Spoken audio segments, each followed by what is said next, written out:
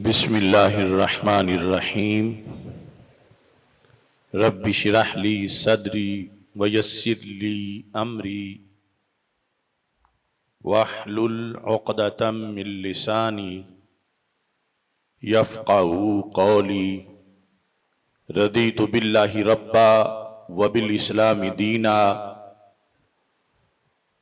व बि मुहम्मदिन सल्लल्लाहु अलैहि वसल्लम नबिय्यन व रसूला।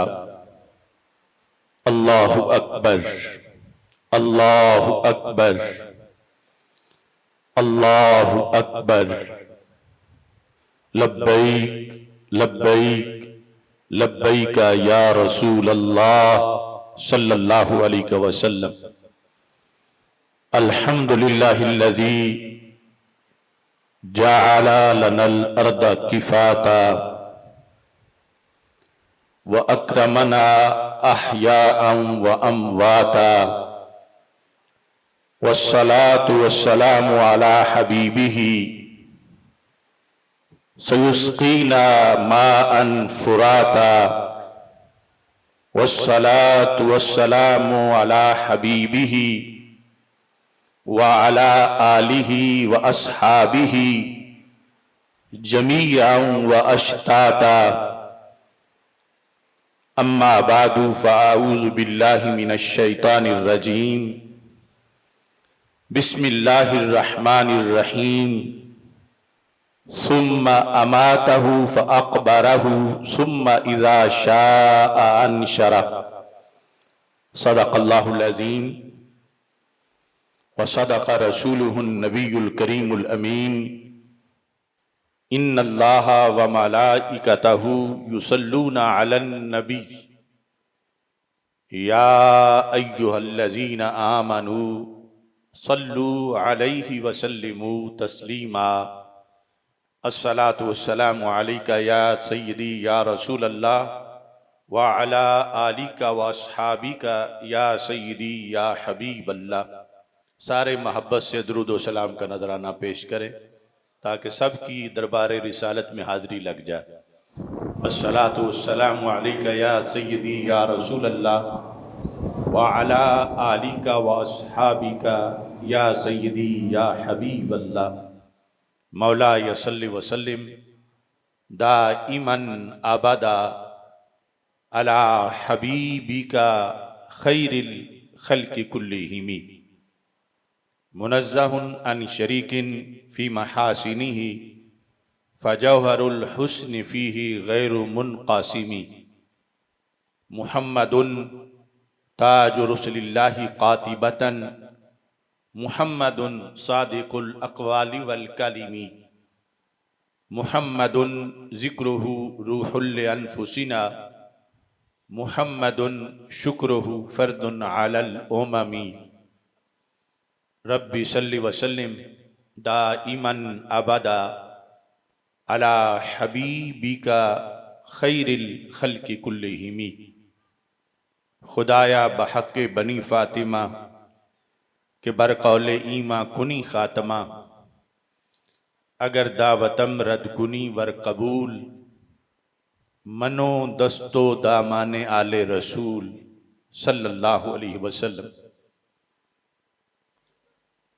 अल्लाह तबारक व तआला जल्ल जलालुहु व अम्मा नवालुहु व अतम्मा बुरहानुहु व आज़मा शानुहु व जल्ल ज़िक्रुहु व अज़्ज़ा इस्मुहु की हम्दो सना और हजूर सरवर कायनात मफ़ख़र मौजूदात ज़ीनत बज़्म कायनात दस्तगीर जहां गम गुसारे ज़मां सय्यदे सरवरां हामिए बेकसां क़ाइदुल मुरसलीन ख़ातमुन नबिय्यीन अहमद मुज्तबा जनाब मुहम्मद मुस्तफ़ा सल्लल्लाहु अलैहि व अला आलिहि व अस्हाबिहि व बारक वसल्लम के दरबार गौहरबार में हदिया दुरूद व सलाम अर्ज़ करने के बाद अस्सलामु अलैकुम व रहमतुल्लाहि व बरकातुहू। रब्बे ज़ुल जलाल के फ़ज़ल और तौफ़ीक़ से जुमातुल मुबारक के मौका पर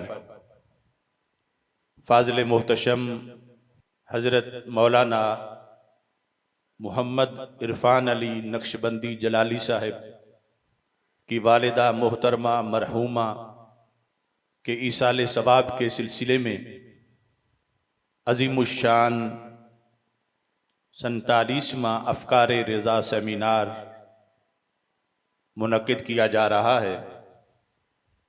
मेरी दुआ है खालिक़े कायनात जल्ल जलालुहु मरहूमा को फिरदौस में बुलंद मकाम अता फरमाए, उनकी हसनात को कबूल फरमाए, रब्बे ज़ुल जलाल उनके सय्याद से दरगुज़र फरमाए और अल्लाह ताला उनकी कब्र को जन्नत के बागों में से बाग बनाए। मुजद्दिद दीन व मिल्लत इमाम आले सुन्नत आला हज़रत इमाम अहमद रज़ा ख़ान फ़ाज़िल बरेलवी क़ुद्दस सिरुल अज़ीज़, उन्होंने मिल्लत पे बड़ा एहसान किया कि 1000 से ज़ायद किताबें तसनीफ़ की और कुरान व सुन्नत के दलाइल से हर मसले को बयान किया। उन्होंने तो हक अदा कर दिया, मगर असल मसला ये है कि कौम वो पढ़े और समझे और उस पर अमल करे। तो इस वास्ते हमने ये सिलसिला शुरू किया कि इन तालीमात को जो कुरान व सुन्नत से उन्होंने अखज़ की, अवाम के सामने इनको बयान किया जाए, क्योंकि बहुत थोड़े लोग हैं जो कि दरस निज़ामी पढ़ते हैं। तो आमातुन्नास तक जब स्पीकर पर इनको बयान किया जाएगा, फिर बार बार इनको सुना जाएगा, तो अवाम को भी अल्लाह के फजल से इसका बहुत फ़ायदा होगा। तो ये सफ़र हमने पहले सेमिनार से शुरू किया और उस दिन ऐलान किया था कि अल्लाह के फजल से इंशाअल्लाह हम 100 अफ़कार रज़ा सेमिनार मुनक़िद करेंगे। तो ये 47वां अफ़कार रज़ा सेमिनार है और इसका मौजू भी बड़ा मुनफरिद है, बाद अज़ विसाल तकरीम मोमिन। यानी ये सिर्फ हज़रत मौलाना मोहम्मद इरफान अली नक्शबंदी जलाली साहब की वालिदा मोहतरमा के बारे में ही नहीं, ये जितने मुसलमान भी फौत होते हैं, हमारा उनसे कोई रिश्ता भी हो, वफात के बाद जो उन्हें नवाजा जाता है उसका इस मौजू में बयान हो। और आज जो लिबरल लोग या मुस्तशरिकीन ओरिएंटलिस्ट हमारे मुसलमानों को अगवा करने की कोशिश करते हैं कि हमारी तरफ आ जाओ, हमारे पास बहुत कुछ है, तो हम ये बताना चाहते हैं जो कुछ इस्लाम में है वो कहीं भी नहीं। जब तक बंदा जिंदा है उस वक़्त तक भी जो कुछ इसके बदन पर ईमान की वजह से अनवार तजल्लियात बरसते हैं, वो वाइट हाउस में बैठे हुए ट्रंप को भी नसीब नहीं है, जो कि एक कुटिया में बैठे हुए मुसलमान को अल्लाह ताला हर दिन में 360 मरतबा नजरे रहमत से देखता है। इन्नल्लाह ताला यंजुरु इला कुल्li मोमिन सलासा मियातिन व सित्तीन नजरतन, 360 मरतबा यानी मोमिन की तरफ देखने का मतलब है प्यार से देखता है कि इसने मेरा कलमा पढ़ा है, वरना तो उससे कोई चीज छुपी हुई नहीं। तो ये हर इंसान की किस्मत नहीं कि वो साहिब ईमान हो। तो हम साहिब ईमान हैं, तो हम मुंतखब शुदा लोग हैं जो अल्लाह ने ज़मीन पर चलने फिरने वालों में से हम मुसलमानों को ईमान के लिए पसंद फरमाया। फरमा वरदीतु लकुमुल इस्लाम दीना, कि मैंने तुम्हारे लिए इस्लाम को बतौर दीन पसंद किया। हम जैसे भी हैं, हम वो हैं जिन्होंने अल्लाह की पसंद वाला दीन पसंद किया हुआ है। तो जब तक जिंदा रहते हैं इस दीन की वजह से हर मोमिन पर अनवार तजल्लियात बरसती हैं, फिर आमाल सालिया का अलहदा सवाब है। लेकिन दिल के अंदर जो नूरे ईमान है ये एक मुस्तकिल मौजू है कि ईमान के अंदर बंदे की जूं जूं जिंदगी बढ़ती है, उसका अल्लाह के दरबार में दर्जा बढ़ता जाता। हदीस में बाकायदा उसका तज़किरा है। 50 साल का हो जाए तो और दर्जा है, 60 साल का हो जाए तो उससे तरक्की मिल जाती है, 70 साल का हो जाए तो मजीद उसकी तरक्की मिलती है, 80 साल का हो जाए, 90 साल का हो जाए, ये उसकी जो वैल्यू है अल्लाह के दरबार में बढ़ती जाती है। सबब क्या है कि ईमान में उसकी सर्वस इतनी हो गई है, यानी इतने साल वो डगमगाया नहीं, किसी के लालच देने से उसने दीन नहीं छोड़ा, पक्का होके रहा है। सिर्फ इस बेस पर रब्बे जुल जलाल उसको बहुत सी नेमतें देता है और उसके गुनाहों को माफ कर देता है। तो जो बाकी आमाल सालिया हैं उनका सवाब उसे अलहदा मिलता है, नमाज रोजे का, हज ज़कात वगैरह का। हमारा आज मौजू है बाद अज़ विसाल, कि जब बंदा फौत होता उस वक़्त के बाद इस्लाम में ये उरूज बख्शा गया है, ये तकरीम की गई है बंदे की कि इसे फेंक नहीं दिया जाता कि इसको जानवर खाते रहें, या इसे जला नहीं दिया जाता, इसे बहा नहीं दिया जाता कहीं दरियाओं में, बल्कि इसकी इज्जत के पेश नजर इस्लाम में इसके लिए बड़े बड़े एजाज हैं। और इतने एजाज हैं कि जो इसकी डेड बॉडी के लिहाज से मुख्तलिफ खिदमतें सर अंजाम देता है, अल्लाह उसके गुनाहों को भी मुआफ कर देता है। यानी मोमिन फौत होके भी पिछलों को नवाजता है, फौत होने के बाद भी उसकी वजह से जिस महल्ले से वो जाता है वो महल्ला नवाजा जाता है। ये एक बड़ा तवील मौजू है। चूंकि जुमे का वक़्त मुख्तसर है तो मैं कोशिश करूंगा कि इसको जल्द जो है वो समेटा जाए। फतावा रज़विया शरीफ में आला हजरत फाज़िल बरेलवी रहमतुल्लाह अलैह ने, वैसे तो ये सारी कुरान और सुन्नत की नुसूस हैं, लेकिन मैं जो आला हजरत ने उनको पेश किया और जिस अंदाज में, यानी इस दायरे के अंदर रह के वो सारी चीज़ें आपके सामने पेश कर रहा हूँ कि पता चले कि हमारे इमाम ने किस तरह एक एक मौजू पर इल्म के कई समुंदर जो हैं वो कौम को अता किए हैं। फतावा रिज़विया शरीफ की जिल्द नंबर 9 पर सफ़ा नंबर 312, इस पर आला हजरत फाज़िल बरेलवी रहमतुल्लाह अलैह ने ये हदीस लिखी है जो वैसे सुनने इब्ने माजा में है। अब मोमिन फौत हो गया तो अगर ये ऐसे पड़ा रहे या इसको गुस्ल दिए बगैर किसी गड्ढे में डाल दिया जाए, ऐसा नहीं। गुस्ल देना हुक्म है और देने वाले के लिए सवाब है। कफन पहनाना, इसके जनाजे को उठाना, जनाजे के साथ चलना, फिर नमाज़े जनाजा पढ़ना, कोई गौस हो कुतुब हो वो सारे पीछे खड़ेंगे, इसको आगे रखेंगे।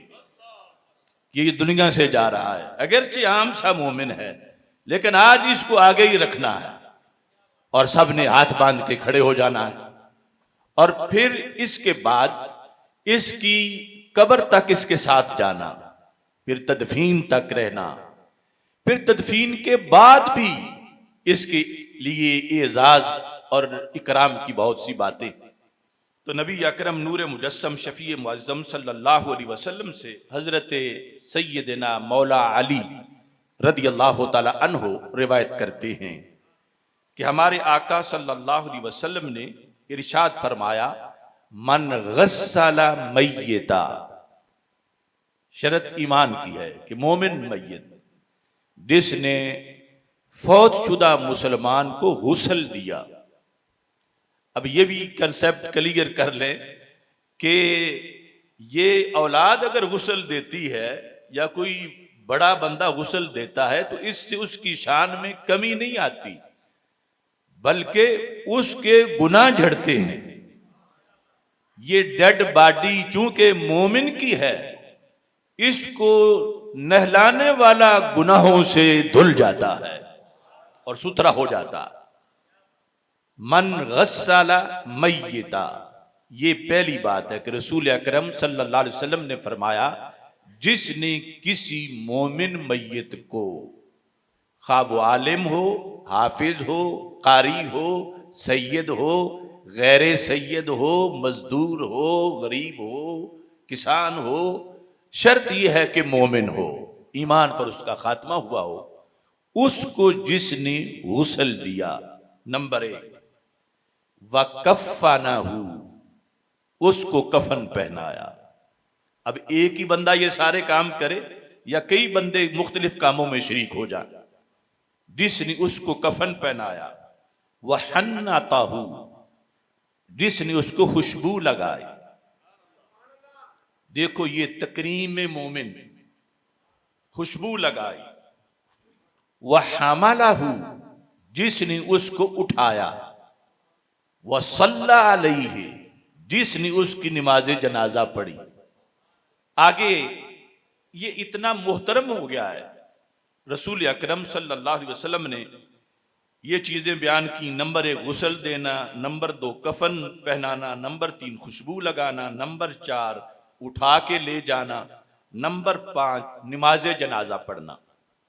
इसके बाद जो इसकी जजा है, फरमाया खाराजा मिन खतीअतिही, ये काम करने वाला, जिसने गुस्ल दिया, जिसने कफन पहनाया, जिसने उसे खुशबू लगाई, जो उठा के ले गया, जिसने जनाजा पढ़ा, यानी जिसने भी, सिर्फ एक बंदे की बात नहीं, तो उसे क्या मिलेगा?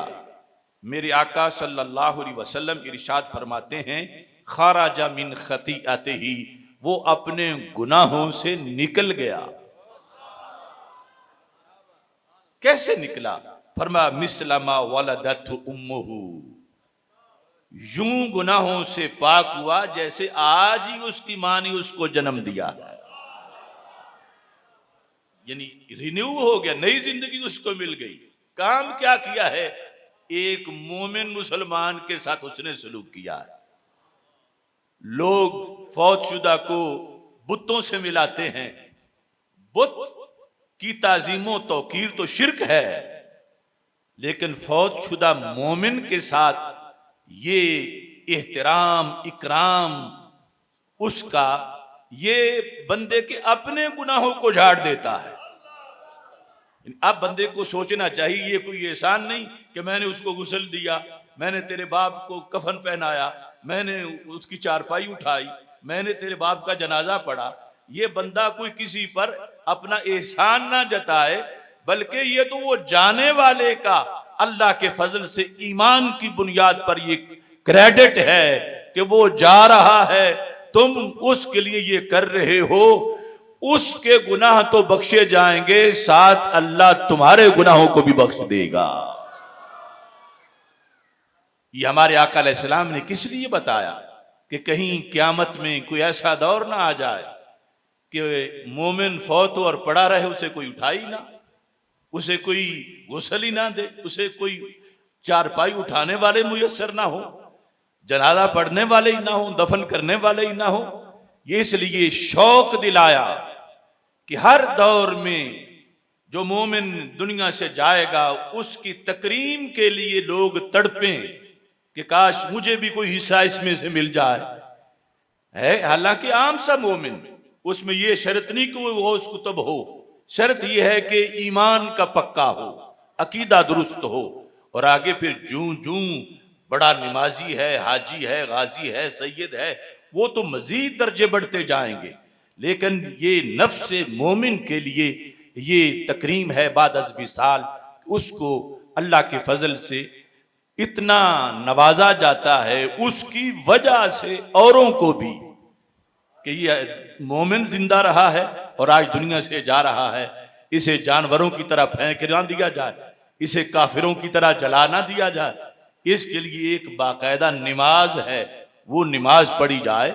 इसको आगे रखा जाए, इसका एजाज किया जाए और यूं इसको दुनिया से रुखसत किया जाए। इसमें फिर जो जनाजे के साथ चलना है, तवज्जो करें, जनाजे के साथ चलना, यानी एक दूसरी हदीस शरीफ है कि हमारे आका सल्लल्लाहु अलैहि वसल्लम तशरीफ ले जा रहे थे जनाजे के साथ, तो हुक्म है कि उसे आगे आगे लेके चलो। वो आज क़यादत कर रहा है, सारे उसके पीछे चले। और पीछे कैसे चले? जब मेरे आका सल्लल्लाहु अलैहि वसल्लम ने कुछ सहाबा को सवारियों पे देखा, चूंकि ये अहकाम अभी आहिस्ता आहिस्ता उनको सिखाए जा रहे थे, तो मेरे आका सल्लल्लाहु अलैहि वसल्लम को गुस्सा आ गया। जो जनाजे के साथ सवारियों पे बैठे थे, तो फरमाया, अला तस्तहयून, तुम्हें हया नहीं आती? अब ये सरकार है, अपने गुलामों को जिस तरह फरमाए, अला तस्तहयून, तुम्हें हया नहीं आती? अंतुम अलद दवाब वल मलाइका तो अला अक़दामिहिम, कि फरिश्ते तो कदमों पे साथ चल रहे हैं और तुम सवारियों पे बैठे हो। देखो ये इज्जत और करम मोमिन के लिए, उसके जनाजे के साथ का फरिश्ते कदमों पे चल रहे हैं, तो तुम भी सवारियों पे ना बैठो, बल्कि उसके एजाज के लिए कदमों पे चल के साथ शरीक हो जाओ। और फिर नबी अकरम नूर मुजस्सम शफी मुअज्जम सल्लल्लाहु अलैहि वसल्लम का ये फरमान मजमा ज़वाइद और दीगर कई किताबों में मौजूद है। फरमाया, मनित्तबा जनाज़तन, यानी वैसे तो ये है कि 4 बंदे उठा के ले जाए, पीछे कोई भी ना हो, लेकिन उसकी शान ज़ाहिर करने के लिए कि पीछे पूरा जुलूस हो। फरमाया, मनित्तबा जनाज़तन, जो जनाजे के पीछे पीछे चला। कितना? थोड़ा सा। फरमाया नहीं, हत्ता युक़दा दफनुहा, यहां तक कि जनाजा पड़ा गया और फिर तदफीन भी हो गई। कुतिबा लहू सलासतु क़रारीत, उसके लिए 3 क़ीरात सवाब लिखा जाएगा। वो क़ीरात कितना है? छिटाकी है, पाव है, किलो है? फरमा अल क़ीरात मिनहा अअज़मु मिन जबल उहद,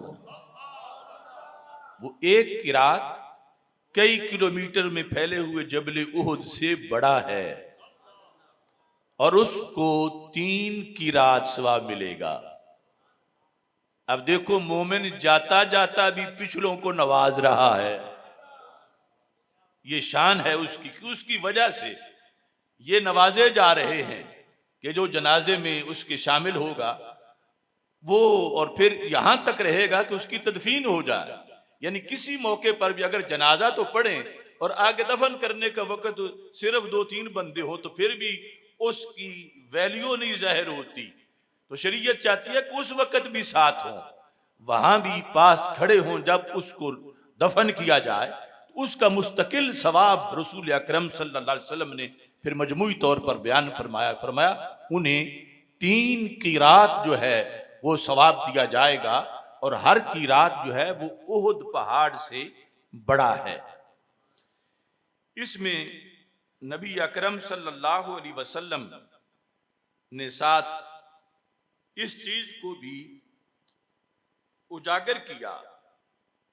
आपने जिस वक़्त जनाजा पढ़ा जाता है, तो जनाजे के अंदर फिर तादाद मुख्तलिफ होती है। जरूरी नहीं कि हर बंदे के लिए एक जितनी ही तादाद हो, कभी हजारों में, लाखों में। लेकिन आला हजरत फाजिल बरेलवी रहमतुल्लाह अलैह ने इस चीज को लिखा कि रसूल अकरम नूर मुजस्सम शफी मुअज्जम सल्लल्लाहु अलैहि वसल्लम का ये फरमान है। आप ये इरशाद फरमाते हैं 294 सफ़े पर जो हदीस शरीफ है, सरकार फरमाते हैं, सही मुस्लिम की ये हदीस शरीफ है, मा मिन राजुलिन मुस्लिम। अब ये ईमान साथ शर्त है, बेईमान खास सोने के महल में बैठा हो और मर जाए, उसका ये एजाज नहीं। वो मुर्दार है, जहां दफन किया जाएगा वो गड़ा है जहन्नम का। लेकिन मोमिन के लिए सरकार फरमाते हैं उसकी कब्र रौदातुम मिन रियादिल जन्ना, जन्नत के बागों में से बाग है। तो फरमाते हैं मा मिन राजुलिन मुस्लिम, जो मुसलमान बंदा यमूतो फौत हो जाए, फयकूम अला जनाज़तिही अर्बऊन रजुला, उसके जनाजे के लिए 40 अफराद सफ बना के खड़े हो जाएं उसके जनाजे में। वो 40 कौन हो? यहां भी शर्त है, ये नहीं कोई हिंदू सिख क्रिश्चियन यहूदी इकट्ठे होके आ जाएं। फरमाया यकूम अला रजुल, ये जो मेरिट पूरा तब होता है, यानी पीछे खड़े होने की बुनियाद पर जो बख्शिश है वो तब होगी कि खड़े होने वाले का ये मेरिट पूरा हो। फरमाया ला युशरिकून बिल्लाहि शैया, जो पीछे 40 खड़े हैं उनमें से कोई भी काफिर व मुशरिक नहीं, वो भी सारे मोमिन हैं। और अगले के लिए दुआ मांगना भी तब जायज है कि वो भी मोमिन है। 40 बंदे खड़े हो जाएं। अब इनका खड़ा होना सिर्फ जनाजा पढ़ना ही नहीं बल्कि गवाही देना भी है कि हम मुत्तफिक हैं कि ये मुसलमान था, हमने इसको ईमान पर फौत होते देखा। तो 40 बंदे जब पीछे खड़े हो जाते हैं, इल्ला शफ़ाअहुमुल्लाहु फीहे, सरकार फरमाते हैं रब उन 40 की सिफारिश उस आगे जो मैयत पड़ी है उसके लिए कबूल फरमा लेता है। इसमें इस चीज पर गौर करते जाओ, लोगों की राज टपकती है अंग्रेजों पर, कहां पहुंच गए कहां चले गए।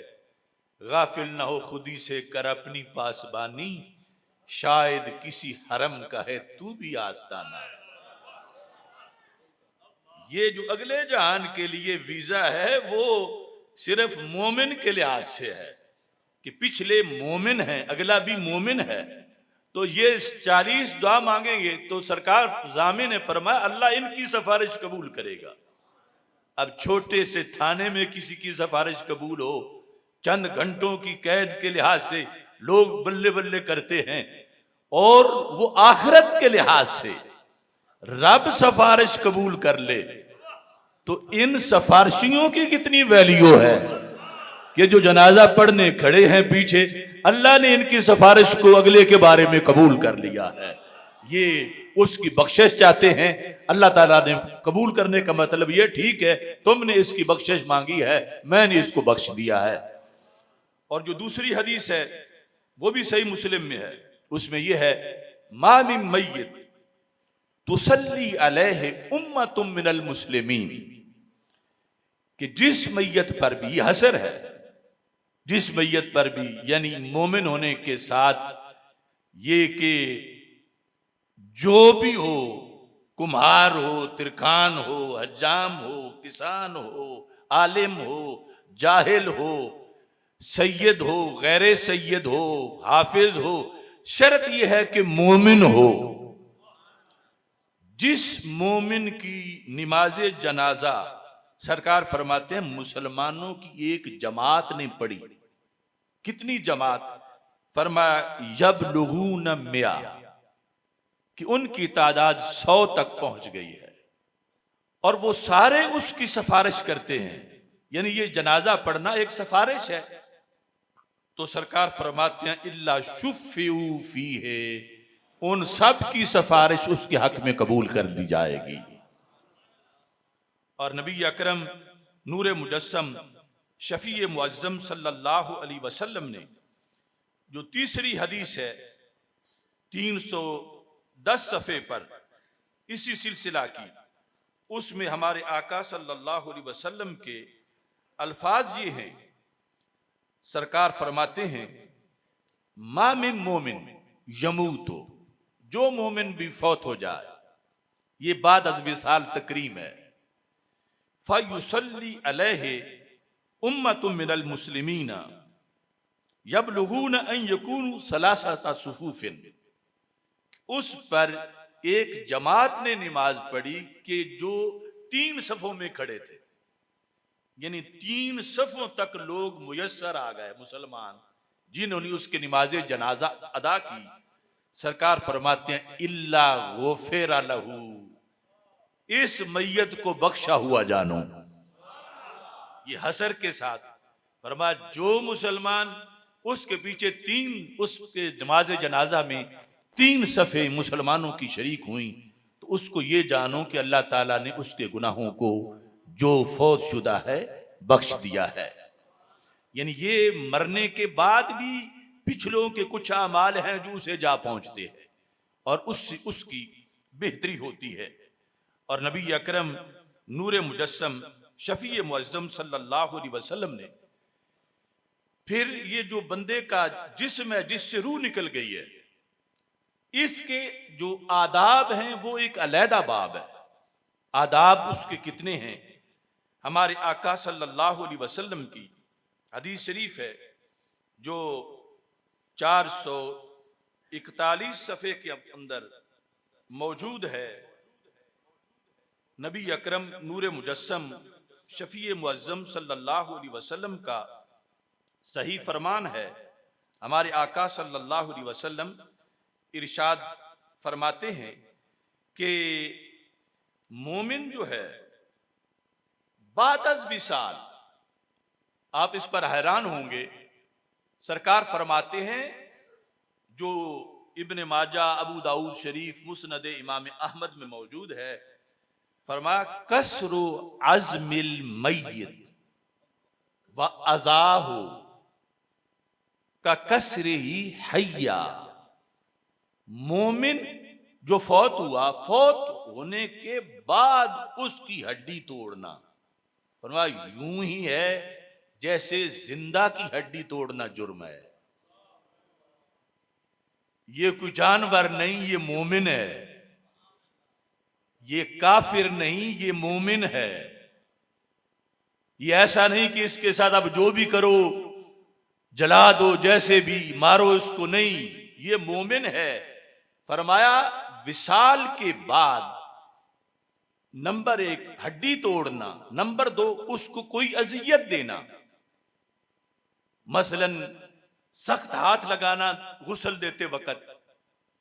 और पीछे जो वो हदीस शरीफ मैंने बयान की उससे ये चीज रह गई कि जिसने गुस्ल दिया उसका अजर सवाब, उसके अंदर यह है वलम यफ्शो कि गुस्ल देने के वक्त अगर कोई ऐसी चीज सामने आई कि जिसको बयान करने से उसके बारे में कोई गलतफहमी लोगों में फैल सकती है, जिस्म पर कोई ऐसा निशान था, कोई ऐसी चीज सामने आई कि जिससे उसका कोई ऐब जाहिर होता हो, फरमाया गुस्ल करने वाला सारी जिंदगी उसको बयान ना करे तो फिर उसको गुस्ल देने की वजह से अल्लाह उसके गुनाह बख्श देगा।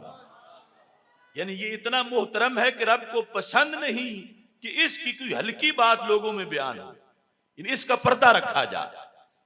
ये शर्त लगाई कि तुझे गुस्ल का तब सवाब मिलेगा कि तुम उसकी कोई ऐसी बात जो वीक पॉइंट सामने आ जाए गुस्ल में, उस पर तुमने पाबंदी करनी है कि बताना किसी को नहीं। और ये एजाज है, उसका मर्तबा है। खा लोहार था, कुम्हार था, मोमिन था, तो मेरे आका अलैहिस्सलाम ने फरमाया उज़कुरू महासेना मौताकुम, जो फौत हो गए हैं उनकी खूबियां बयान करो। कोई खूबी तो याद होगी, कुछ तो खूबियां होंगी। हंस के मिलता था, लोगों की इयादत करता था, गरीबों की मदद करता था, नमाजी होना, रोजेदार होना, परहेजगार होना, समाजी खिदमत करना। फरमा उज़कुरू महासेना मौताकुम, जो तुम में से फौत हुए, बशर्ते कि वो मोमिन थे, वो बड़े मोहतरम हैं, उनके फजाइल बयान करो।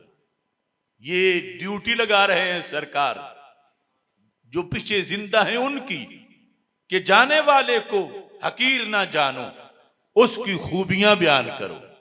सरकार को पसंद है कि लोग उसकी खूबियां बयान करें। और फरमाया कुफ्फु अम मसाविहिम, और उसके वीक पॉइंट, उसके गुनाह, उसकी गलतियां जो तकाजा बशरियत से उसमें थी, वाकई अगर ना हो फिर तो इफ्तिरा है और तोहमत है और बोतान है। जो वाकई थी, सरकार फरमाते अब बयान ना करो, वो दुनिया से चला गया।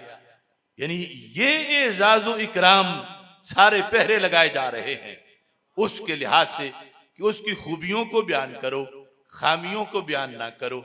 और इसमें फिर हिकमत यह है कि अल्लाह ताला चूंकि देख रहा है, बंदे जाने वाले के लिए फातिहा पे बैठे हुए हैं, जनाजे में शरीक हैं, साथ जा रहे हैं, कहते हैं बड़ा अच्छा था, ऐसा था, वो था।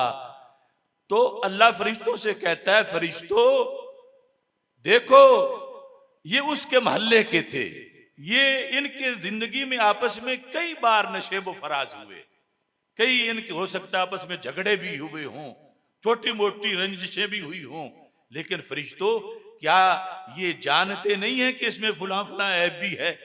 लेकिन फिर भी ऐब नहीं बयान कर रहे, यानी शरीयत के हुक्म के मुताबिक उसकी खूबी बयान कर रहे हैं। तो अल्लाह ताला फरमाता है जब वो पर्दा डाल रहे हैं तो सत्तार होना तो मेरी जात है। मेरे आका अलैहिस्सलाम ने फरमाया अंतुम शुहदाउल्लाहि अलल अर्द, ये इस उम्मत मुस्लिमा आखिरी उम्मत की शान है। फरमाया तुम अल्लाह के दरबार के गवाह हो, और ये छोटी सीट नहीं है। अल्लाह के दरबार के गवाह पहली उम्मतों में से सिर्फ नबी होते थे, और इस उम्मत में लितकूनू शुहदा अलन्नास, सरकार के सदके हर उम्मती को ही गवाह होने का मौका मिल गया। तो सरकार फरमाते हैं तो यानी उसकी नेकियां बयान करोगे तो अल्लाह ताला इस पर ही कि मेरे बंदे जमीन पर अच्छी गवाही दे रहे हैं, तो फरिश्तों को कहता मैं फैसला लिख रहा हूं, मैंने इसके वो सारे ऐब छुपा दिए हैं और मैंने इसके गुनाह बख्श दिए हैं। तो हदीस शरीफ में यानी उसकी हड्डी तोड़ना, ये फिर जो यानी हमारे मुआशरे के अंदर चीजें हैं उनको भी आप सामने रखें। और उसको अजियत देना, अजियत में यह है कि जनाजे को तेज तेज लेके चलना कि उसको दचके लगें, तो ऐसा भी ना हो, आराम से लेके चलो, सर आगे रखो, एहतराम के साथ उसको लेके जाओ। फरमाया कि यूं ना समझो, अब यहां भी ये बुनियादी फर्क है, यानी ये बातें हम सुन्नी ही बयान कर सकते हैं। वो जो जाली तौर पर तौहीद के अलमबरदार हैं, जिन्होंने कहा कि मुसलमानों ने जो है वो भी मूर्तियां पूज ली हैं, उन्होंने भी मूर्तियां पूजी, वो खड़ी मूर्तियां थी, ये लेटी मूर्तियां हैं, और कब्र में लेटे हुए मुसलमान को जो बुत करार दे रहे हैं। अरे बुत को तोड़ना सवाब है, लेकिन डेड बॉडी को तोड़ना जुर्म है। और इसके लिहाज से नबी अकरम नूर मुजस्सम शफी मुअज्जम सल्लल्लाहु अलैहि वसल्लम बाकायदा उसका एजाज है, बुत सामने रख के सारे हाथ बांध के खड़े हो जाएं, आगे इमाम खड़ा हो तो कितना बड़ा शिर्क होगा, लेकिन मोमिन तो सामने लेटा हुआ है। तो शरीयत ने हुई उसको एजाज दिया है। नमाज अल्लाह की है लेकिन दुआ उसके लिए है, दुरूद रसूल पाक सल्लल्लाहु अलैहि वसल्लम के लिए है, और ये इसका एजाज है। और हमारी फिका की किताब फतुल कदीर में है अल इत्तिफाकु अला अन्ना हुर्मतल मुस्लिमी मय्यतन का हुर्मती हय्या, कि फौजशुदा मुसलमान का भी उतना ही एहतराम है जितना जिंदा मुसलमान का एहतराम है। और नबी अकरम नूर मुजस्सम शफी मुअज्जम सल्लल्लाहु अलैहि वसल्लम की अहादीस से अखज़ करके रद्द मुख्तार में ये लिखा गया कि अल मय्यतु यतअज़्ज़ा बिमा यतअज़्ज़ा बिहिल हय्य, जिन चीजों से जिंदा को अजियत होती है उनसे मैयत को भी अजियत होती है। और बाज वजूह ऐसी हैं कि जिसमें उसके हवास जिंदों के मुकाबले में तेज हो जाते हैं। इसकी मिसालें भी अभी मैं पेश करूंगा। और अब इसमें जिस वक्त मिसाल के तौर पर नबी अकरम नूर मुजस्सम शफी मुअज्जम सल्लल्लाहु अलैहि वसल्लम ने एक सहाबी को देखा, यहाँ हदीस दर्ज है मुस्तदरक लिल हाकिम की हदीस को, कब्र के साथ बैठे हुए थे लेकिन कब्र पे यूं टेक लगाई हुई थी। तो मेरे आका सल्लल्लाहु अलैहि वसल्लम ने फरमाया, ला तुज़ी साहिबल कब्र, हाथ पीछे हटाओ, कब्र वाले को अजियत होती है। अकल कुर्बा कुन बपेशे मुस्तफा,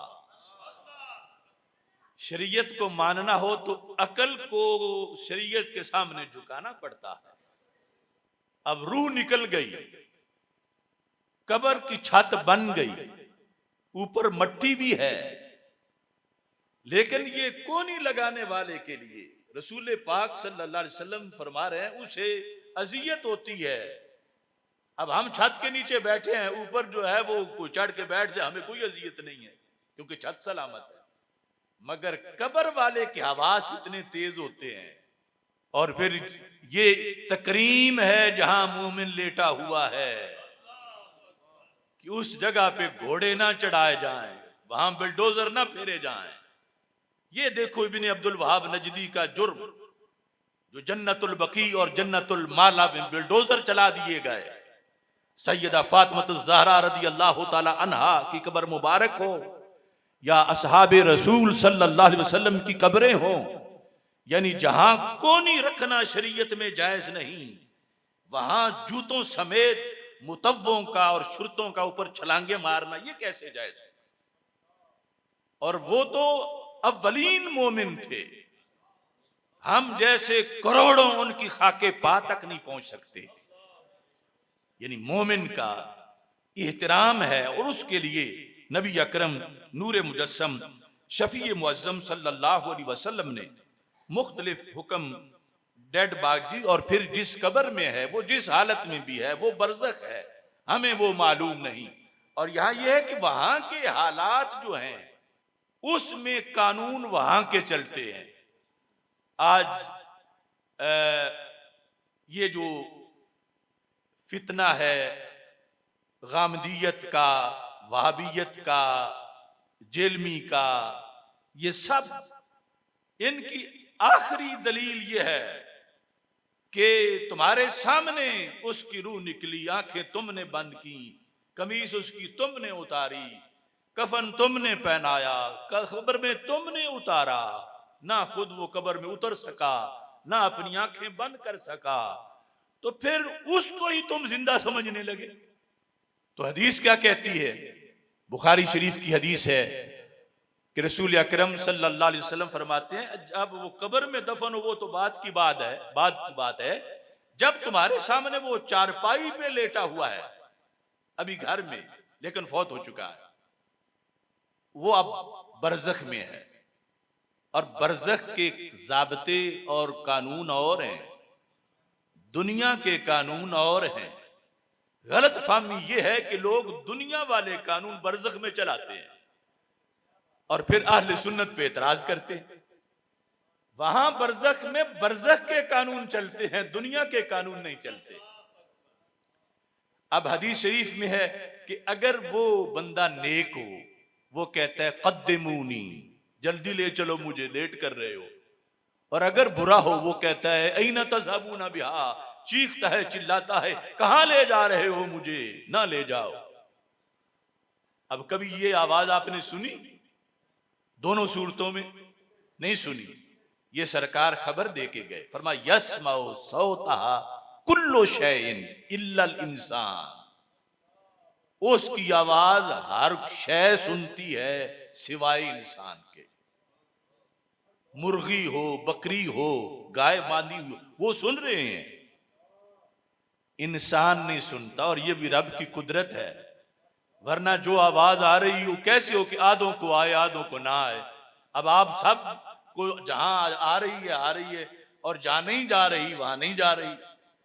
ये रब की शान है कि कुछ को सुना दे और कुछ को ना सुनाए। सरकार फरमाते अल्लाह इंसान को नहीं सुनने देता, क्यों? वलो सामियाहु लसाइका, ये सुनेगा तो बेहोश हो जाएगा। देखो ना, जब कौवा मरता है तो कव्वे काए काए कर रहे होते हैं, तुम्हारे दिल पर तो कोई नहीं गुजरी हुई होती, क्योंकि उनकी जिनस का होता है। और इधर भी मुर्गी को कुछ नहीं, क्योंकि उसकी जिनस का नहीं फौत हुआ, लेकिन इंसान की जिनस का फौत हुआ। इससे बर्दाश्त करना मुश्किल है, और ये रहमत है सरकार की। ये ना हो कि एक फौत हो और 10 घर में हो, वो भी साथ गिरे पड़े हों। फरमा अब यहां दे जवाब वो लोग जो दुनिया के जाब्ते लेकर तोलते हैं बरज़ख को, कि सरकार की यह हदीस माज़अल्लाह झूठी है, ये बुखारी में है, ये मुस्लिम में है, ये हजारों किताबों में है। और फिर ये भी बुखारी में है कि जब वक्त उसको दफन किया जाता है तो आदो रूह फी जसदिही, रूह उसके जिस्म में लौटाई जाती है। तब सवालात होते हैं, और ऐसे नहीं होते। फरमाया जब उसके पास अता हो मलकान युजलिसान ही, मुनकर नकीर आके उसको कब्र में बिठाते हैं, बिठाने के बाद सवालात होते हैं। अब अकल के तराजू से तोल के मुझे बताओ कि अगर कब्र के 1 फुट ऊपर ही पड़ियां डाल दी जाएं, तो इतने कद वाला बंदा बिठाया कैसे जा सकता है? या कभी कब्र खोलनी पड़े तो आप देखेंगे कि दूसरे दिन तीसरे दिन मसलन किसी वजह से कि जैसे कफन था वैसे ही है। अगर बैठा होता तो कफन सिमटा हुआ होता, कोई सिमटा हुआ नहीं, और सरकार का फरमान बरहक है कि उसे बिठाया जाता है। अब ये कपड़े का सिमटना या ये कि इतने फासले पर बैठेगा क्या, ये हमारे दुनिया के कानून हैं, और वहां बरज़ख का कानून चलता है, यकीनन बैठता है। और फिर यह भी बुखारी मुस्लिम की हदीस है कि अगर मोमिन सवालात में पास हो जाए, उसकी कब्र हद्दे नजर तक फराख कर दी जाती है। तो हद्दे नजर 2-4 गज नहीं होता, कई किलोमीटर होता है। और कब्रिस्तान है, कब्र के साथ कब्र जुड़ी हुई है। अगर 3 इकट्ठी कब्रें हैं, तीनों ही पास हो गए हैं, तो एक की हद्दे नजर तक होगी तो दूसरे की कहां होगी, तीसरे की कहां होगी। अब ये दीन माना ही तब जा सकता है जब अहले सुन्नत वाला कानून माना जाए। यानी वो जो एतराज लिए फिरते हैं और बड़ा पहाड़ बनाया हुआ है, ऐसे लोगों ने तो इस्लाम समझा क्या, मैं कहता हूं सूंगा भी नहीं। और जब बात कहीं जवाब देना पड़ा गैर मुस्लिमों को, तो हमारे फिक्र पर आकर जवाब दिया। कलम इमाम अहमद रज़ा बरेलवी से उधार मांगा।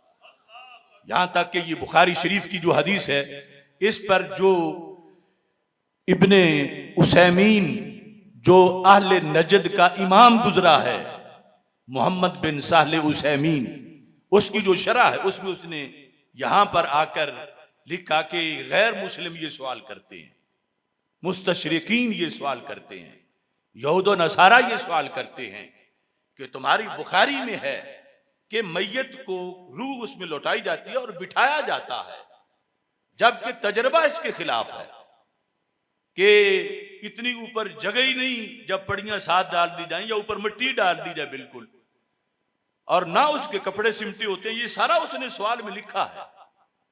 तो कहता है कि वो हम पे एतराज करते हैं कि इस्लाम तुम कहते हो सच्चा है, नबी अलैहिस्सलाम की हदीसें सच्ची हैं, तो ये तुम्हारी बुखारी में है, और हम देखते हैं कि उसके तो लिबास भी कफन सिमटा हुआ ही नहीं है, वैसे ही है जैसे लिटाया था वैसे लेटा हुआ है। तो यहां आकर उसने जो जवाब दिया तो अहले सुन्नत से लेकर जवाब दिया। उनकी फिक्र में, इब्ने तैमिया की फिक्र में या इब्ने अब्दुल वहाब की फिक्र में उसका जवाब नहीं है। क्या लिखता है?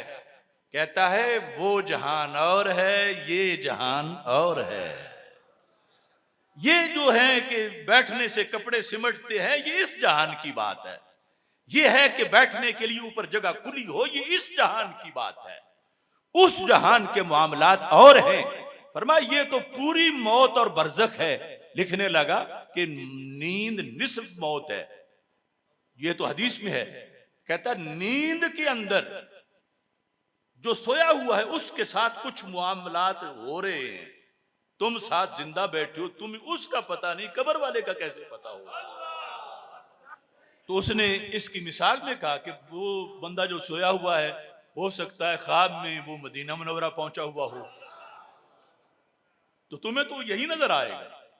हो सकता है ख्वाब में उसे कोई मार रहे हो और उठे तो वो कहे तो मुझे तो इतने फलाने लित्तर मारे हैं, आप पास बैठे हुए थे, बचा ही नहीं। तो आप कहेंगे मुझे पता ही नहीं चला कि तेरे साथ क्या हो रहा है।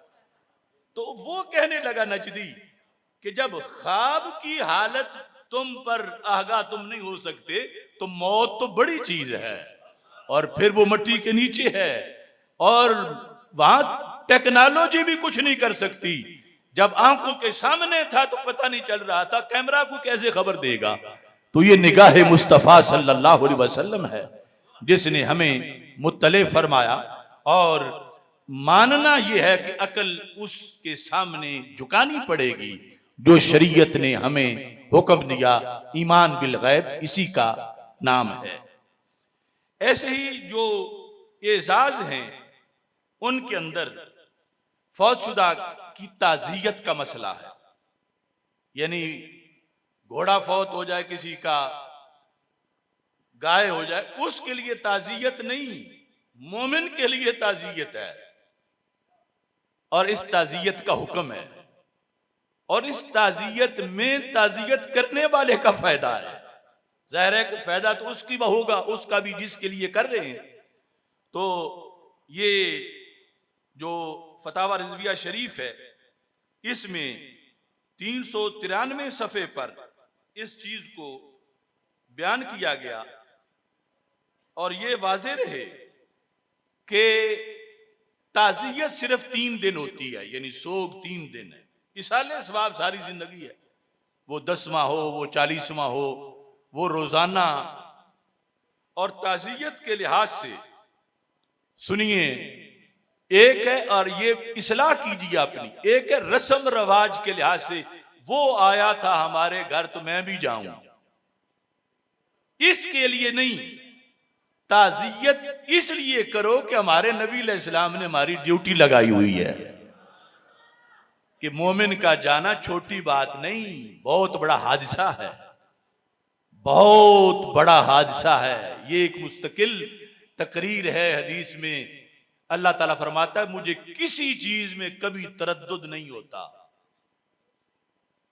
तरद्दुद तो हमें होता है जिनका इल्म थोड़ा है कि ये करूं या ना करूं, अल्लाह इससे बुलंद है। लेकिन ये लफ्ज इस्तेमाल करता है कि जब मोमिन को मैं फौत करता हूं तो उस वक्त एक हालत होती है जिस पर हदीस में लफ्ज तरद्दुद बोला गया है। क्यों? फरमा मोमिन मरना नहीं चाहता और उम्र उसकी पूरी हो गई है, और मैं उसे नाराज नहीं करना चाहता। वो मरना ना चाहे, मैं धक्के से मारूं, तो फरमाया फिर मैं उसको जन्नत में उसका मकाम दिखाता हूं, वो खुद तैयार हो जाता है। तो लज़वालु दुनिया अहवानु अल्लाह, हालांकि अल्लाह ताला तो गनियुन अनिल आलमीन है, उसे कोई परवाह नहीं किसी की, लेकिन फिर भी फरमाया कि एक मोमिन का फौत होना या कत्ल होना अल्लाह के नजदीक यूं है जैसे पूरी दुनिया तबाह हो गई।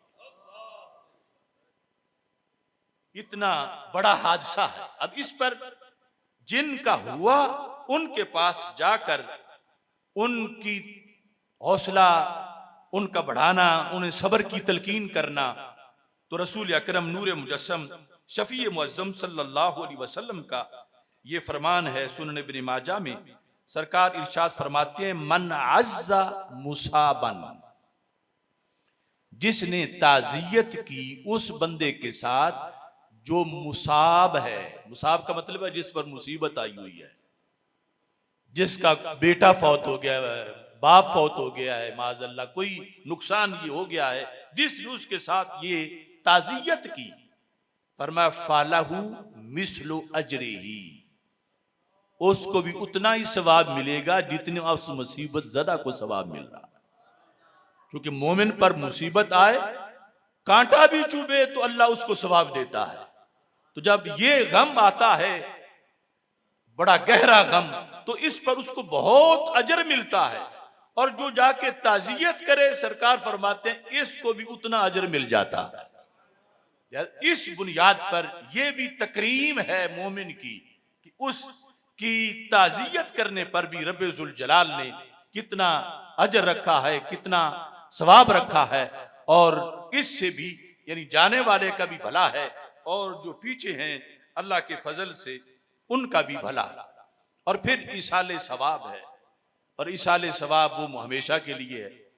और इसमें खुसूसी तौर पर एक हदीस तलकीन है जो आला हजरत फाजिल बरेलवी ने भी लिखी और इब्ने कय्यम ने किताब रूह में लिखी। ये अर्ज करके और आपको दावत देकर अपनी गुफ्तगू खत्म कर रहा हूं। मेरे आका अलैहिस्सलाम फरमाते हैं, इब्ने कय्यम ने ये लिखा कि हर शहर में हर जमाने में यानी 7.5 सदियां जो इब्तिदाई इस्लाम की हैं उनमें ये काम राइज था, असल एग्जैक्ट इस्लाम में। आज फौत हो चुका है, इस सुन्नत को जिंदा करना चाहिए।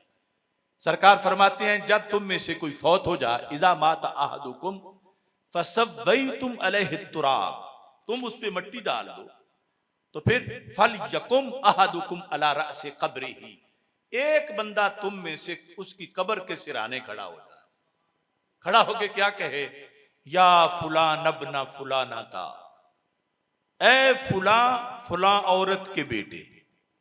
ये शर्त है, या भी कहना है, आगे बंदे का नाम लेना है, नाम ले के साथ बाप का नाम नहीं लेना, उसकी अम्मी का नाम लेना है। ए खालिद जैनब के बेटे। सरकार फरमाते हैं जब एक बार उसको बुलाओगे, यस्माउ वला युजीबु, सुनेगा लेकिन जवाब नहीं देगा। फरमा दोबारा बुलाओ, या फुलान अब्ना फुलाना था, फरमा इन्नहु यस्तवी जालिसा, अब कब्र में वो सीधा होके बैठ जाएगा। अब फरमा तीसरी बार कहो, या फुलान अब्ना फुलाना था, ए फुला फुला औरत के बेटे। मेरा आका अलैहिस्सलाम फरमाते अब आगे से वो जवाब देगा। हमारे कान नहीं सुनते, लेकिन जिन कानों ने सुन के बताया, हमें अपने कानों से उन कानों पर ज्यादा यकीन है। सरकार ने फरमाया वो आगे से कहता है, अरशिदनी रहमकल्लाह, खुदा तुझ पे रहमत करे, मुझे बताओ क्या कराना चाहते हो।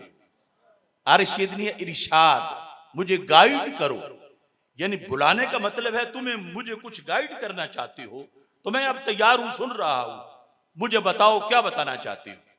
तो सरकार फरमाते हैं अब उससे तुम बात करो। वो क्या है, उज़कुर मा खरजत अलैहि मिनद दुनिया शहादत ला इलाहा इल्लल्लाह व अन्ना मुहम्मदर रसूलुल्लाह सल्लल्लाहु अलैहि वसल्लम। वो अकीदा याद कर जिस पर तेरी जान निकली है। एक मिनट पहले भी अगर बदल जाए तो फिर काम खराब हो जाता है। इस पर तेरी जान निकली कि तू अल्लाह को एक मानता रहा, तूने कभी शिर्क नहीं किया, तूने हजरत मोहम्मद मुस्तफ़ा सल्लल्लाहु अलैहि वसल्लम को आखिरी नबी माना, तूने कुरान को इमाम माना, तूने इस्लाम को दीन माना। मेरे आका अलैहिस्सलाम फरमाते हैं जब तुम ऐसा कहोगे तो अंदर वो भी पढ़ना शुरू कर देगा। इतने में मुनकर नकीर आ जाएंगे, जो कि अब तदफीन हो चुकी है, उनके आने का वक्त है। वो जब आएंगे तो अंदर विर्द जारी है, अल्लाह रब्बी मुहम्मदुन नबी सल्लल्लाहु अलैहि वसल्लम। तो सरकार फरमाते हैं वो दोनों एक दूसरे को हैरानगी से देखते हैं कि अब हम क्या करें। हमने तो पूछना था मर रब्बो का, फिर इसने जवाब देना था। हमने कहना था मन नबियों का, फिर इसने जवाब देना था। ये पहले ही सब कुछ बोल रहा है। तो वो अल्लाह से राब्ता करते हैं कि या अल्लाह इसका अब क्या करें। तो अल्लाह ताला फरमाता इससे पूछने की जरूरत नहीं है, ये पास है, इसकी कब्र में जन्नत का दरवाजा खोल दो। ये अमल है जो 7.5 सदियों तक उम्मत में राइज था। इब्ने कय्यम जो इब्ने तैमिया का शागिर्द है, किताब रूह में वो भी लिख रहा है कि इस अमल पर कोई एतराज ना करे। और फिर यहां जब पहुंचे तो सहाबा ने सवाल किया, अगर वो ना करते तो हमारे पास तो आज इसका कोई जवाब ना होता। ये सवाल नहीं किया कि मेरे या रसूल अल्लाह सल्लल्लाहु अलैहि वसल्लम बंदा हमने खुद दफन किया, रूह निकली तो दफन किया, अब हम किस मुंह से उसे या कहें कि ऐ ज़ैद, ये तो जिंदा को कहा जाता है। तो पता चला ये फितला फैलाया हुआ आज का है। सहाबा ये समझते थे, ये ईमान था कि फौत शुदा को भी या से पुकारा जा सकता है। जब जैद, अमर, बकर, खालिद मर जाएं, इनको या से बुलाया जा सकता है, तो फिर या रसूल अल्लाह क्यों नहीं कहा जा सकता, या गौस या अली क्यों नहीं कहा जा सकता। ये सवाल नहीं किया सहाबा ने। सहाबा ने ये सवाल किया कि महबूब आपने शर्त लगाई कि उसकी अम्मी का नाम भी साथ लेना है, अगर अम्मी का नाम ना आए तो फिर क्या करें। यानी मुतबादल हमें कोई तरीका आप बता दें, आप साहिब शरीयत हैं, ताकि हम वैसा करें कि चूंकि अम्मी का नाम मशहूर नहीं होता, सिर्फ रिश्तेदारों को पता होता है, तो क्या हम बाप का नाम साथ ऐड कर दें। यानी मुतबादल जो सूरतें थी वो ये थी कि हम फिर 2 घंटे बाद पूछ के आके करें या अगले दिन पता करके आके ये कब्र पे कहें। तो मेरे आका अलैहिस्सलाम ने फरमाया, इनमें से कोई सूरत भी मंजूर नहीं, उसी वक्त करना है और बाप का नाम भी नहीं लेना। फिर फरमाया, यनसुबहु इला उम्मिही हव्वा, अगर उसकी अम्मी का नाम नहीं आता तो बड़ी अम्मी का तो सबको आता है, उसको हव्वा का बेटा कह के पुकारो। यानी सरकार को इतना पसंद है कि नागा नहीं होना चाहिए, क्योंकि उसका इम्तिहान हो जाए, तुम दूसरे दिन आके वहां पर तलकीन करते रहो और उसका जो कुछ होना हो जाए, फिर उसको फायदा क्या होगा। तदफीन के फौरन बाद उसे बुलाना है और ये बात उससे करनी है। और देखो, हम आज दुनिया में अरबी पढ़े तो अरबी आती है, लेकिन कब्र वाला कब्र में जाते ही अरबी मीडियम हो जाता है। अब फरिश्ते अरबी में सवाल करते हैं, वो अरबी में जवाब देता है। वो ये नहीं कि क़यामत के दिन कहे, या अल्लाह मुझे अरबी आती नहीं थी, फरिश्ते अरबी में बोलते थे, तूने उनको कहना था पंजाबी में बोले। तो मैं फेल हो गया हूं, मैं नहीं मानता मैं फेल हो गया, मुझे समझ आती तो मैं जवाब देता। तो अल्लाह किसी का उज़र नहीं रहने देगा, ये कब्र में जाते ही अरबी बोलना शुरू कर देगा। तो बहर वाला अरबी में कहेगा, अंदर वाला सुन के उसी तरह बोलना शुरू कर देगा, क्योंकि ये ना बहर वाला काफिर है ना अंदर वाला काफिर है। ये ईमान की तकरीम है कि अल्लाह ताला वहां पे इसको मजीद तरक्की अता फरमा देता है। वक्त खत्म हो रहा है।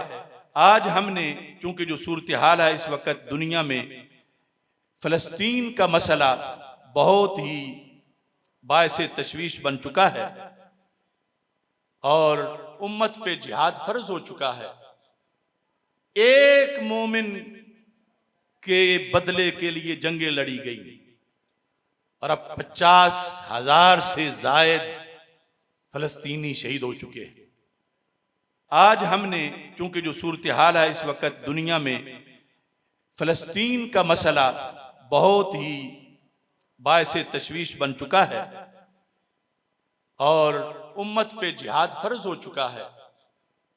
एक मोमिन के बदले के लिए जंगें लड़ी गई और अब 50,000 से जायद फलस्तीनी शहीद हो चुके हैं। तो इस सिलसिले में आज हमने अपील की थी पूरे मुल्क में, आपके सामने सदाए गज़ा, यौम सदाए गज़ा जो आज हम मना रहे हैं, उसका मैं एलामिया आपके सामने पेश कर रहा हूं। आप उसे उम्मीद है मंजूर करेंगे। आज के दिन हम ये ऐलान करते हैं कि मुस्लिम हुकूमतों पर इसराइल के खिलाफ जिहाद फर्ज हो चुका है। इसराइल और उसके सहूलतकारों की मसनूआत का सख्ती से बाइकाट किया जाए। पाकिस्तान से अमरीकी सफीर को निकाला जाए। जो अरब और मुस्लिम ममालिक इसराइल के साथ ताल्लुकात कायम कर चुके हैं, उनके साथ उस वक़्त तक बाइकाट किया जाए जब तक वो इसराइल से ताल्लुकात तोड़ने का ऐलान नहीं करते। अक़वाम मुत्तहिदा फ़लस्तीन में गैर मशरूत जंग बंदी करवाए और इमदादी सरगर्मियों के लिए तमाम रास्ते खोल दिए जाएं। फ़लस्तीन फ़लस्तीनियों का है, इसराइल की वहां 1 इंच भी जगह नहीं है। अमेरिका यहूद को जहां चाहे अपनी रियासतों में ले जाकर आबाद करे और नाजायज वल्दुल हराम मुल्क इसराइल, उसको खत्म कर दिया जाए और सारी जमीन फ़लस्तीनियों को दी जाए। फ़लस्तीनियों को फ़लस्तीन से हिजरत पर मजबूर करने वाले लोग बहुत बड़े जालिम हैं। हम उनकी इस तजवीज़ को सख्ती से मुस्तरद करते हैं। अल्लाह ताला ने कुरान मजीद में यहूद व नसारा से दोस्ती करने से सख्ती से मना कर रखा है। तमाम मुस्लिम ममालिक को अपनी खारजा पॉलिसी इस कुरानी हुक्म के ताबे रखनी चाहिए और यहूद व नसारा से दोस्ती हरगिज नहीं करनी चाहिए। पाकिस्तान में जो लोग यहूद व नसारा की और गजा में की जाने वाली बर्बरियत की तरफदारी कर रहे हैं, उन्हें खुदा की पकड़ से डरना चाहिए। क्या आप सबको हाथ उठा के बताओ, ये मुतालबा मंजूर है? सबको ये मुतालबा मंजूर है? सबको ये एलानिया मंजूर है? लब्बैक लब्बैक लब्बैक या रसूल अल्लाह, लब्बैक लब्बैक लब्बैक या रसूल अल्लाह, लब्बैक लब्बैक लब्बैक या रसूल अल्लाह, लब्बैक लब्बैक लब्बैक या रसूल अल्लाह सल्लल्लाहु अलैहि वसल्लम। रब्बे जुल जलाल फ़लस्तीनियों की मदद फरमाए और अल्लाह ताला मोहतरम मौलाना मोहम्मद इरफान जलाली साहब की वालदा मरहूमा को फिरदौस में बुलंद मकाम अता फरमाए। व आखिरु दावाया अनिल हम्दुलिल्लाहि रब्बिल आलमीन।